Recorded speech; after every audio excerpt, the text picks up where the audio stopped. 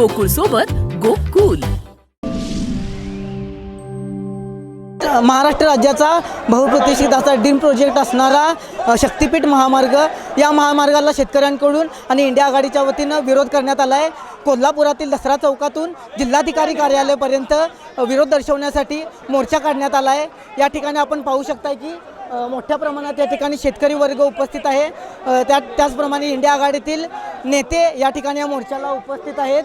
माझ्यासोबत आहेत इंडिया आघाडीतील नेते. आपण आता त्यांच्याकडून आता याविषयी जाणून घेणार आहोत. काय सांगाल, मोर्चा काढण्यात आला आहे?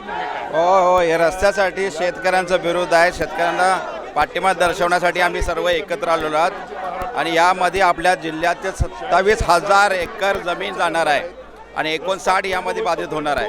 या रस्त्याची काही गरज नाही आहे, त्यामुळे शासनाने विचार केला पाहिजे.